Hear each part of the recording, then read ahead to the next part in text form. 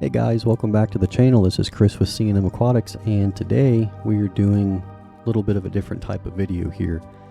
I get asked questions all the time on the website when people buy corals on how to take care of them and all kinds of questions about aquariums.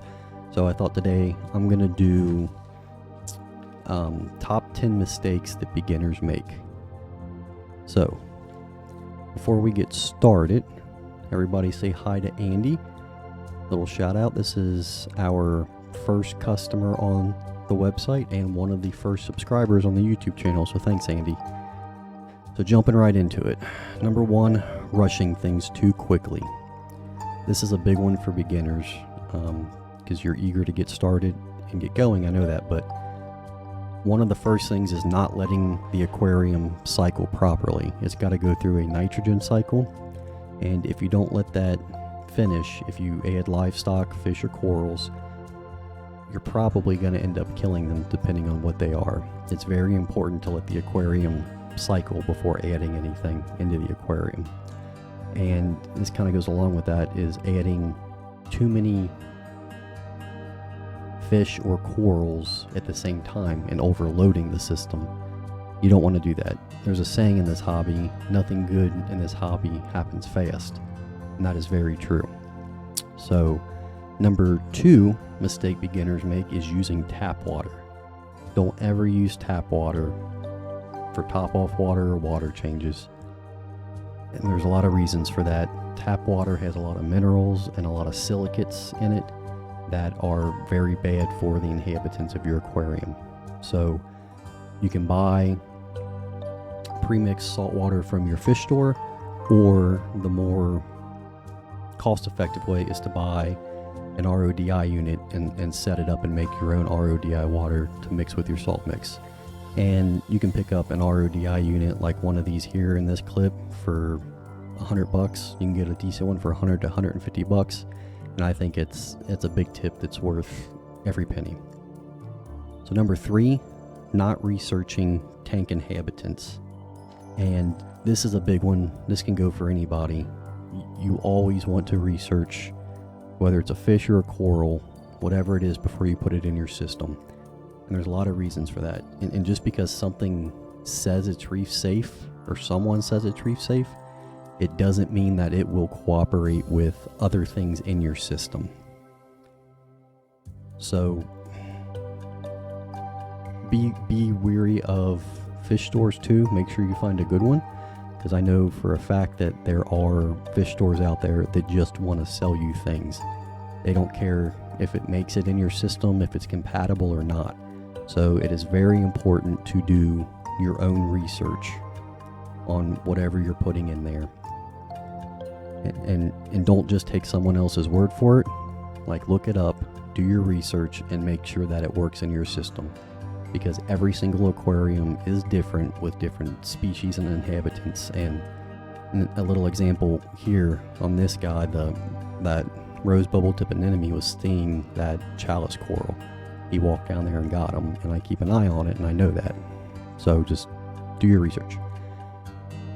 And number four, not having a quarantine process. And I know, especially starting out, not everybody can afford to have a separate system set up for quarantining. I get that, but it is important to have some type of process, like dipping your corals, and if you can put them in a tank for a couple weeks, that's great. But you should have some type of inspection and quarantine process when you get new things. Don't just throw them in your aquarium. And there's several reasons for that. Not just fish, but corals as well. You have to do this to make sure they're not sick. A big thing, diseases. You don't want to spread that to everything else. And pests are a big thing. Like this anemone here, this Aptasia anemone, they're very big hitchhikers in the hobby. So inspect your corals, have some type of a quarantine process if you can, to keep it out of your main tank. And number five, so overfeeding is something you tend to think about this more with your fish, but you can definitely overfeed corals too. anything that a fish or a coral does not ingest and process, for nutrients, is something that's going to be introduced into your water column or sit on your aquarium bed, and it will break down. And if you are overfeeding on a regular basis, this can cause issues, down the road. You could cause another mini cycle if the aquarium is newer, as these organic materials break down from the food and waste products from the tanks, from the inhabitants in your aquarium. They can cause nitrate and phosphate spikes, which can be detrimental to certain corals, especially if you're keeping more sensitive SPS and acropora corals. It can be bad for that, and it also raises the nutrient level and can cause algae blooms in your aquarium, like the green hair algae that everybody hates. So try not to overfeed. Number 6, not having a maintenance schedule and sticking to it. So this gets overlooked sometimes. When I started out in the hobby, I just made an Excel spreadsheet with the days of the week, and I still to this day, even with the coral farm, I have things that I do daily, weekly, monthly, and yearly. So like a daily example would be scraping the glass on the aquarium. Weekly would be whatever you do, a 10-15% water change, siphoning the substrate like in this video clip. That would be a weekly example. And then monthly, bi-monthly, cleaning power heads to keep the flow up in your aquarium. And yearly, cleaning, taking apart the return pumps and cleaning them. I do that once a year. Replacing bulbs, I do that once a year. So if you make a schedule and stick to it, you can take little chunks out, daily, weekly, monthly, and yearly, and it really does help to spread the maintenance out, because keeping saltwater aquariums, it definitely can be done, and it is done by a lot of people successfully, but you have to find a routine that works for you. And I know that we all have busy schedules, with work and school and kids and all that. So you have to find a balance, find a system that works for you. And if you come up with a system and you don't stick to it, then it doesn't do any good to begin with. So it's got to be something that's manageable and something that you're going to stick with for the long term. And you will see results and long-term success with your aquarium. You set up a good maintenance program and you stick with it, and you do what you're supposed to do.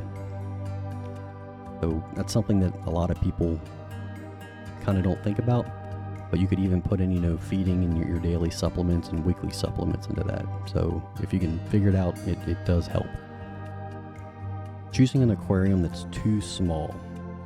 Number 7. So a lot of beginners think that a smaller aquarium is going to be more manageable and easier to care for, and it is exactly the opposite of that.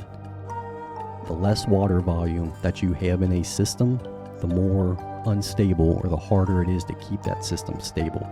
And that's what we're going for, is stability.